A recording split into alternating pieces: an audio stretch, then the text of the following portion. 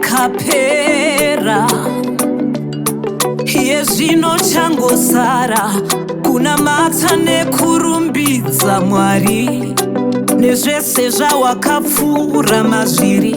He walked you through, he lifted you. Kwira uchidzika uchitaura nendimi uri mumba mako. Ita Jehovha kudzwai zvese makazvitendera. Mbiri kwamuri, mbiri kwamuri, mbiri kwamuri, yeah, yeah. Zvemisodzi hatirevi zvemarwadzo edu, zvekuvengwa nekudzikisirwa kwedu.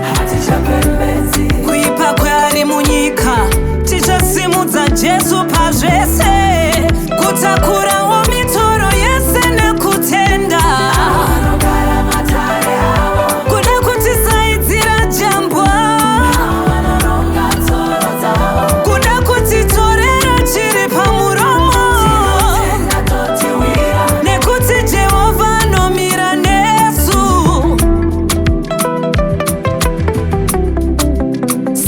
Ushinge iwewe urigamba, namata utunge iwewe uri mare muna Jehovah.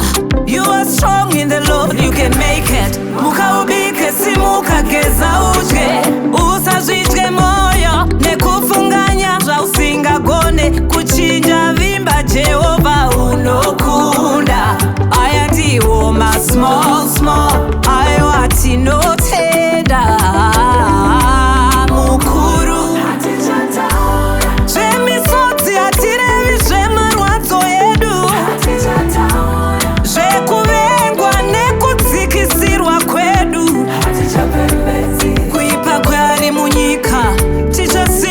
Jesu pazvese.